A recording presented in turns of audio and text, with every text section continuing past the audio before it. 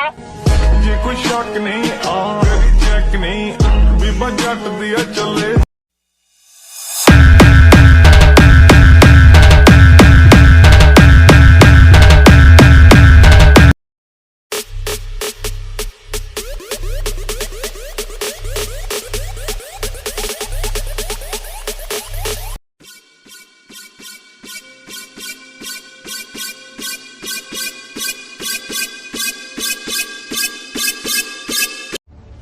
पुष्पा नाम सुन के फ्लावर समझे क्या?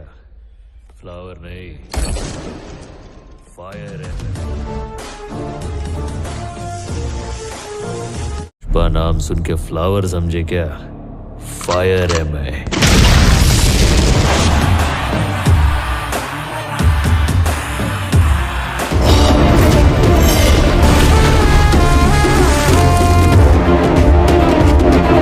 आया मैं झुकेगा नहीं।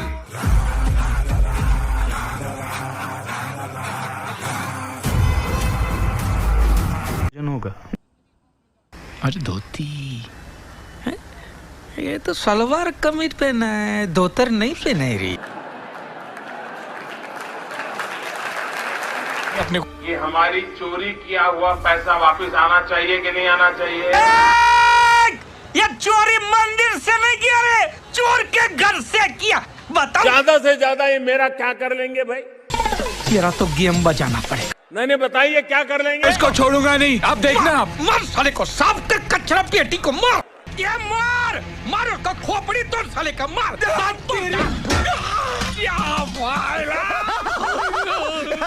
हंसो खुशियां मनाओ। क्रांति की राह पर एक और कुत्ते की मौत मरने जा रहा है, कल कोई और मरेगा। बिल्कुल चुप। मेरा पैसा मुझे दे दो अभी पे अभी। छुट्टे पैसे नहीं है।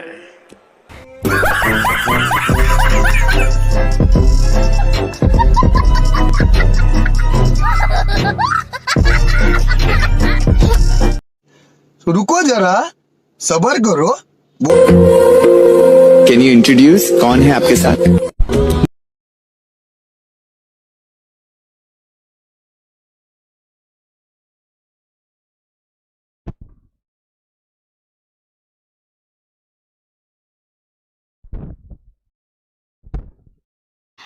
हेलो बच्चों, स्वागत है आप सभी का श्री सिंह लेक्चर्स के इस लेटेस्ट लाइव स्ट्रीमिंग में। My self Renu Gehlot. और जैसा कि आप सभी लोगों को पता है कि हम लोग 12th क्लास की बायोलॉजी की बुक का चैप्टर नंबर 1 पुष्पीय पादपों में लैंगिक जनन पढ़ रहे हैं और हमारा टॉपिक चल रहा है पॉलिनेशन, परागण। तो आइए स्टार्ट करते हैं हमारे आज के इस लेक्चर को। तो सबसे पहले very good evening to all of you, आप सभी को वेरी गुड इवनिंग। अब एक बार जल्दी से आप लोग मुझे बता दीजिए ऑडियो वीडियो परफेक्ट है, यस और नो, एंड देन हम हमारे आज के इस लेक्चर को आगे बढ़ाते हैं। एक बार चैट सेक्शन में सभी लोग मुझे बताएंगे audio video everything is perfect, yes और नो। वेरी गुड इवनिंग आप सभी को, वेरी गुड इवनिंग बेटा जी। हाँ जी, ओके, एवरीथिंग इज परफेक्ट। तो आई होप आप सभी लोगों को ऑडियो वीडियो क्लियर है। तो स्टार्ट करते हैं हमारे आज के इस लेक्चर को। तो सबसे पहले जो भी बच्चा चैनल के ऊपर नया है या फिर जिस भी बच्चे ने चैनल को सब्सक्राइब नहीं कर रखा है, फटाफट से चैनल को सब्सक्राइब कर लो और बेल आइकन को प्रेस कर दो ताकि आगे आने वाली क्लासेस के नोटिफिकेशन डेली आपको मिलते रहे और आप रेगुलरली क्लास अटेंड करते रहें। वहीं जिसने भी क्लास को लाइक नहीं किया है, फटाफट से क्लास को लाइक कर दो और क्लास को अपने सभी दोस्तों में, फ्रेंड्स में आपको शेयर करना है, ठीक है। फिर मोस्ट इंपॉर्टेंट, लाइक पूरे साल अपन साथ मिलकर पढ़ाई करने वाले हैं। We are prepare for 100 out of 100, ठीक है। अब उसमें सबसे बड़ा रोल होता है कम्युनिकेशन का या फिर इंफॉर्मेशन का, लाइक आपकी क्लासेस शेड्यूल का नोटिफिकेशन, इंफॉर्मेशन कि हमारी क्लासेस कौन कौन सी क्लासेस होने वाली है आज और कौन क्या क्या उसका टाइमिंग रहेगा, उसका नोटिफिकेशन।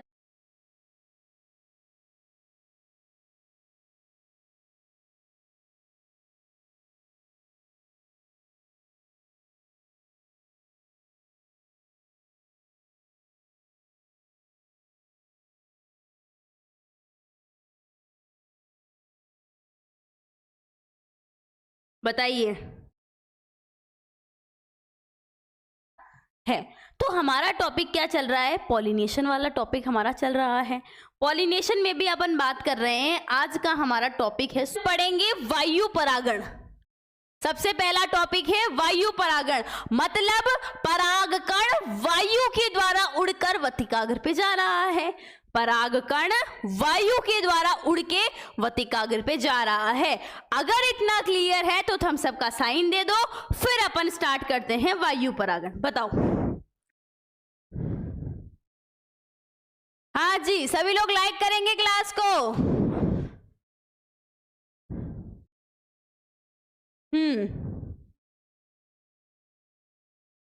क्लास बेटा डेली चलता है एंड आई होप आप सब लोगों को सब कुछ अच्छे से समझ में आ रहा है।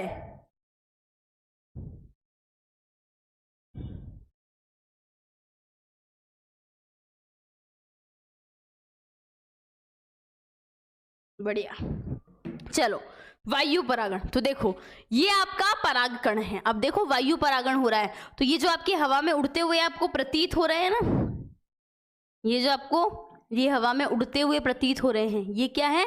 परागकण। ये परागकण उड़ रहे हैं। उड़ते हुए परागकण कहां पर जाएंगे? वतिकाग्र पर जाएंगे। तो ये भी परागकण है और ये भी आपका जो ये बारीक बारीक दिख रहे हैं ना, ये परागकण ही है ना। तो वायु परागण की बात करते हैं। सबसे पहली बात, वायु परागण में क्या होगा? पराग कणों का स्थानांतरण वायु के द्वारा होगा। मतलब ये पुंकेसर के यहां से निकले परागकण, ये परागकण किसके द्वारा? वायु के द्वारा उड़कर यहां पर वतिकाग्र पर जाएंगे। ये परागकण किसके द्वारा? वायु के द्वारा। वायु के द्वारा उड़कर वतिकाग्र पर जाएंगे। तो वायु परागण क्या है? जब परागकणों का स्थानांतरण वायु के द्वारा होता है। दूसरा, इस प्रकार के परागण में परागकण का वतिकाग्र के संपर्क में महज एक संयोगात्मक घटना है। अब देखो, मान लो यहां से, चलो ये वाला डायग्राम से मान लो इस वाले पादप से 100 परागकण निकले। अब वायु आई, वायु के साथ 100 परागकण उड़ के चले गए। क्या गारंटी है कि वो 100 के 100 परागकण इस वतिकाग्र पे जाएंगे?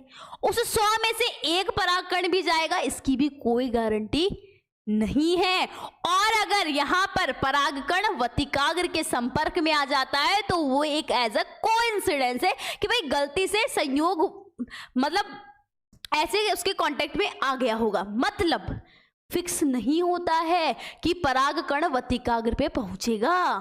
क्या फिक्स नहीं होता है कि अगर यहां से परागकण निकला है तो वो वतिकाग्र पे जाएगा ही जाएगा, आगे जाके परागनली बनाएगा ही बनाएगा। ठीक है, मान लो कभी कभी ऐसा भी हो जाता है कि यहां से परागकण निकल गया, वो समान जाति के पादप पे नहीं जाता है। जैसे कि मान लो आम के पादप का परागकण निकला, वो अंगूर की बेल पे चला गया, या फिर आम के पादप का परागकण निकला अनार के पेड़ की वतिकाग्र पे चला गया। अब अनार के पेड़ पे वतिकाग्र पे चला गया तो परागनली तो नहीं बनेगी ना, तब परागनली तो आपकी वहां पर नहीं बनेगी। ठीक है, तो यहां पर क्या बोला? यही बोला गया है कि परागण, इस वायु परागण में परागकण वतिकाग्र के पास में जाएगा, इसकी कोई गारंटी नहीं है। 100 परागकण निकले तो 100 में से 100 जाएंगे, इसकी भी कोई गारंटी नहीं है। 100 में से एक भी जाएगा, इसकी भी कोई गारंटी नहीं है। अगर संयोग हुआ तो एक परागकण वहां पर जा सकता है। ठीक है, तो परागकण का वतिकाग्र के संपर्क में आना महज संयोगात्मक घटना है। नेक्स्ट इंपॉर्टेंट पॉइंट है कि अगर किसी प्लांट में परागण वायु परागण हो रहा है, मतलब परागकण यहां से वायु के द्वारा, परागकण यहां से वायु के द्वारा उड़ते हुए यहां पर जाएंगे, परागकण यहां से वायु के द्वारा उड़ते हुए वहां पर जाएंगे, तो पादप में क्या क्या अनुकूलन होना चाहिए? तो सबसे पहला पॉइंट क्या है? वायु द्वारा परागित पुष्प का आकार छोटे होने चाहिए, रंगहीन होने चाहिए। देखो बेटा, अब वायु परागण हो रहा है, अगर पुष्प में रंग नहीं है तो भी चलेगा, रंग किसके लिए चाहिए? कीट परागण के लिए रंग चाहिए। अगर हमको कीट परागण कराना है, मतलब हम चाहते हैं कि भाई हमारे पुष्प पे कीट आए और कीट के पैरों में परागकण चिपके, तो इसीलिए हम कीट को पहले तो अट्रैक्ट करते हैं, क्या? पुष्प का कलर दिखा के, फिर उसको मरकंद देते हैं। अब यहाँ पर हमको कीट की जरूरत ही नहीं है, हमारा पॉलिनेशन किसके द्वारा हो रहा है? एयर के थ्रू। परागकण हवा के द्वारा उड़ के वतिकाग्र पे चला जाएगा। तो हमको क्या रंगीन फ्लावर बनाना पड़ेगा? नहीं। तो यहाँ पर आपके पुष्प जो है छोटे आकार के भी चलेंगे, रंगीन भी चलेंगे, गंधहीन भी चलेंगे और मरकंदहीन भी चलेंगे। तो कहीं ना कहीं इधर से एनर्जी बच जाएगी। दूसरा, परागकण कैसे होंगे? छोटे छोटे। कोई भी चीज हवा में कब उड़ती है? जब वो छोटी होती है, हल्की होती है, ड्राई होती है। अगर वो चिपचिपी होगी तो किसी सतह पर, जैसे कि मान लो ये पेन अगर चिपचिपा है तो यहाँ पर जाएगा तो चिपक जाएगा। जब ये हवा में कब उड़ पाएगा? जब ये ड्राई होगा। तो परागकण जो है अगर आपके छोटे आकार के, हल्के और शुष्क होंगे तो वह हवा में आसानी से उड़ पाएंगे। तो अगर किसी पादप में वायु परागण होता है तो परागकण छोटे, हल्के और शुष्क होने चाहिए तथा अत्यधिक मात्रा में निकलने चाहिए। 100 परागकण अगर निकलेंगे तो उसमें से गारंटी है कि भाई एक परागकण वहां पर जा सकता है। इसीलिए ज्यादा से ज्यादा परागकण निकलने चाहिए, क्योंकि वायु परागण में अनेक परागकण व्यर्थ हो जाते हैं, वेस्ट हो जाते हैं अधिकतम परागकण। उसके बाद में ये इंपॉर्टेंट पॉइंट है, इससे मैं मक्का का एग्जाम्पल भी समझाऊंगी आपको। इसमें क्या होना चाहिए? या तो वतिकाग्र लंबी होनी चाहिए। वतिका, देखो ये वृत्तिका कैसे होनी चाहिए? चिपचिपी होनी चाहिए ताकि परागकण आए और इस पे चिपक जाए। और ये वृत्तिका की लंबाई अधिक होनी चाहिए। जब इसकी लंबाई अधिक है तो ये ऐसी झूमती रहेगी। मान लो ये वृत्तिका की लंबाई अधिक है, वृत्तिका ऐसी झूमती रहेगी हवा में, और हवा में कहीं से भी परागकण आया, इस पे चिपक गया, पोलन ट्यूब बन जाएगी। तो वृत्तिका की लंबाई अधिक होनी चाहिए। क्या होना चाहिए?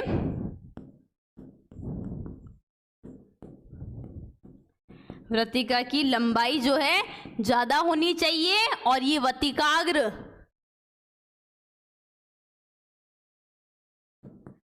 चिपचिपा होना चाहिए। वतिकाग्र चिपचिपा होना चाहिए। तो अगर आपसे पूछे कि किसी पादप में वायु परागण होता है तो पादप में क्या क्या अनुकूलन होना चाहिए? पादप अगर रंगहीन, गंधहीन, मरकंदहीन है तो भी चलेगा। परागकण छोटे, हल्के, शुष्क और पंखनुमा होने चाहिए। पंख होंगे तो भी आसानी से उड़ेगा। परागकण अधिक मात्रा में बनाना चाहिए और वतिका लंबी होनी चाहिए और वतिकाग्र चिपचिपी होनी चाहिए। ठीक है, फिर आगे देखो। वायु परागित पुष्पों में वतिकाग्र में अनुकूलन मिलता है, ठीक है, ताकि परागकण सरलता से वायु में उड़ते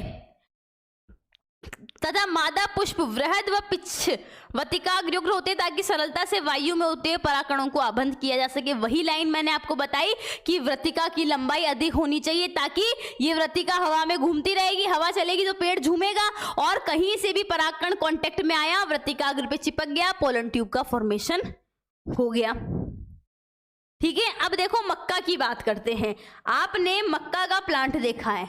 मक्के के अंदर क्या होता है? ऊपर होता है मेल फ्लावर और नीचे होता है फीमेल फ्लावर। ठीक है, नीचे क्या होता है? Female flower. अब आपने ना भुट्टा खाया है ना, तो भुट्टे में क्या देखते हो आप? ये आपका भुट्टा है, ऊपर ना ऐसी ऐसी धागे जैसी पतली पतली रश्मिकाएं होती हैं, पतली पतली ऐसे धागे निकले होते हैं भुट्टे में, तो वो क्या होती है? उसकी वृत्तिकाग्र होती है, वृत्तिका होती है उसकी। वृत्तिका कैसी होती है? देखो बेटा, यहाँ पर वृत्तिका कैसी है? लंबी लंबी है। अब यहां से परागकण निकला, तब वृत्तिका क्या है? लंबी लंबी है, तो परागकण सीधा इसके संपर्क में आ जाएगा और यहाँ पर पॉलिनेशन हो जाएगा। और यहाँ का भी नहीं आया तो मान लो हाँ, इसमें इसी के थ्रू आएगा तो कहीं ना कहीं यहाँ पर परागकण आ जाएगा। ठीक है, तो मक्के के अंदर क्या होता है, मक्का में याद रखना, मक्का में सजात पुष्पी परागण भी होता है और वायु परागण भी होता है। यहां से परागकण भी आ सकता है और इधर से भी आ सकता है। तो मक्का में सजात पुष्पी परागण भी होता है और पर परागण भी होता है। मक्का में वायु परागण होता है, इसमें वायु में उड़ते परागकण रेशमी वर्तिकाग्रो भुट्टों से निकलते हुए अनेक रश्मि बाल जैसी द्वारा पकड़ लिए जाते हैं।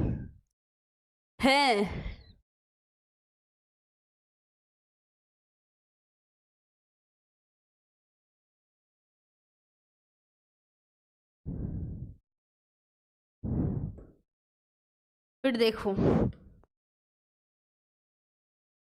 इसको हटा दो, ये एक्स्ट्रा है। अभी भुट्टे का डायग्राम भी दिखाऊंगी, है ना। फिर देखो, वायु परागित पुष्पों में प्राय अंडाशय में एक अकेला बीजांडी होता है। अगर किसी पादप में वायु परागण हो रहा है तो उसके अंडाशय में एक बीजांडी होंगे और पुष्प क्रम पर असंख्य पुष्प गुच्छ होंगे, बहुत सारे आपके पुष्प के गुच्छे होंगे। और घासों में भी वायु परागण होता है। तो मक्का में वायु परागण, घास में वायु परागण। उसके बाद में एक और इंपॉर्टेंट पॉइंट, चीड़ पाइनस में परागकण पंख युक्त होते हैं। पंख युक्त कैसे होते हैं अब आप सोचोगे, आपको पता है परागकण के बाहर टेढ़ी मेढ़ी एक्साइन लेयर होती है। अब ना इस चीड़ में ये एक्साइन लेयर जो होती है ना, एक्साइन लेयर कुछ ऐसी हो जाती है जिससे ये परागकण पंखयुक्त हो जाते हैं। तो याद रखना, पाइनस में एक्साइन लेयर पंखनुमा हो जाती है, बाहर की तरफ वृद्धि करके पंखनुमा संरचना बना लेती है और एक्साइन में परागकण पंखयुक्त होते हैं। वही घास, बांस, मक्का, नारियल, खजूर और भांग में वायु परागण है, जिसमें से घास और मक्का और पाइनस तो आपको याद होना ही चाहिए। इसी के साथ आपका वायु परागण कंप्लीट होता है। अब मैं आपको वीडियो के थ्रू दिखाती हूँ, स्पेशली इन मेज, है ना। ये तो आपका पर परागण आ गया।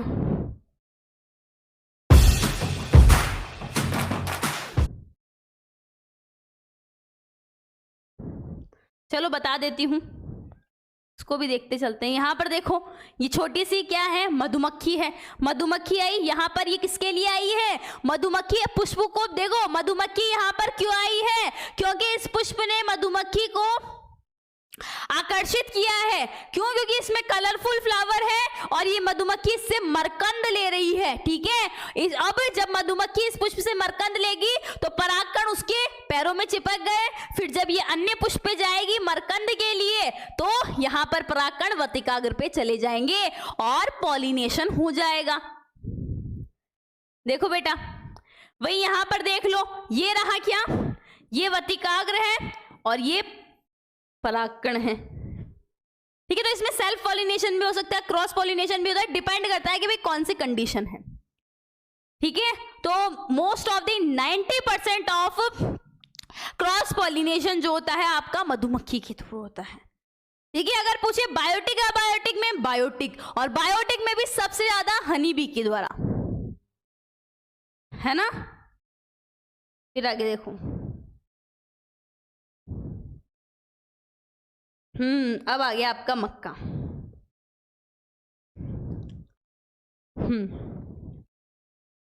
क्योंकि मक्के जब आप भुट्टा खाते हो ना, तो भुट्टा देखा है तो आगे आगे पतली पतली सी ऐसी आपको रेशमी रेशमी से डोरी डोरी से स्ट्रक्चर दिखती है, वो क्या है, उसकी वृत्तिका है। ठीक है, और ये वृत्तिका क्यों है, देखो जब आप भुट्टे को देखोगे तो ये आपको जो स्ट्रक्चर दिख रही है ना, ये उसकी वृत्तिका है। और उसकी वृत्तिका ऐसी क्यों है, ताकि पराग कण को वो इजीली कैच कर सके और क्या हो जाए, यहाँ पर फ्लावर में पॉलिनेशन हो जाए।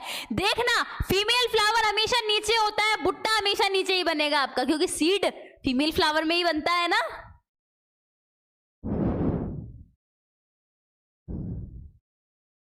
ठीक है, देखो बेटा, मैं एंड में स्क्रीनशॉट आप लोगों के लिए इसलिए देने के लिए देती हूँ कि अगर पीपीटी में थोड़ा बहुत भी लेट हो जाए, वैसे तो नेक्स्ट डे अपलोड हो ही जाती है मॉर्निंग में, फिर भी अगर थोड़ा बहुत लेट हो जाए तो आप स्क्रीनशॉट से तुरंत नोट कर लो। ठीक है, ये देखो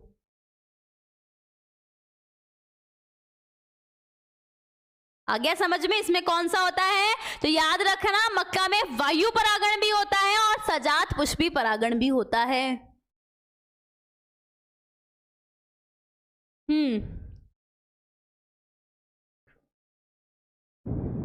क्लास के बाद में कमेंट सेक्शन में एक तो होमवर्क क्वेश्चन का आंसर देना है, साथ ही साथ क्लास कैसी लगी ये जरूर बताना है।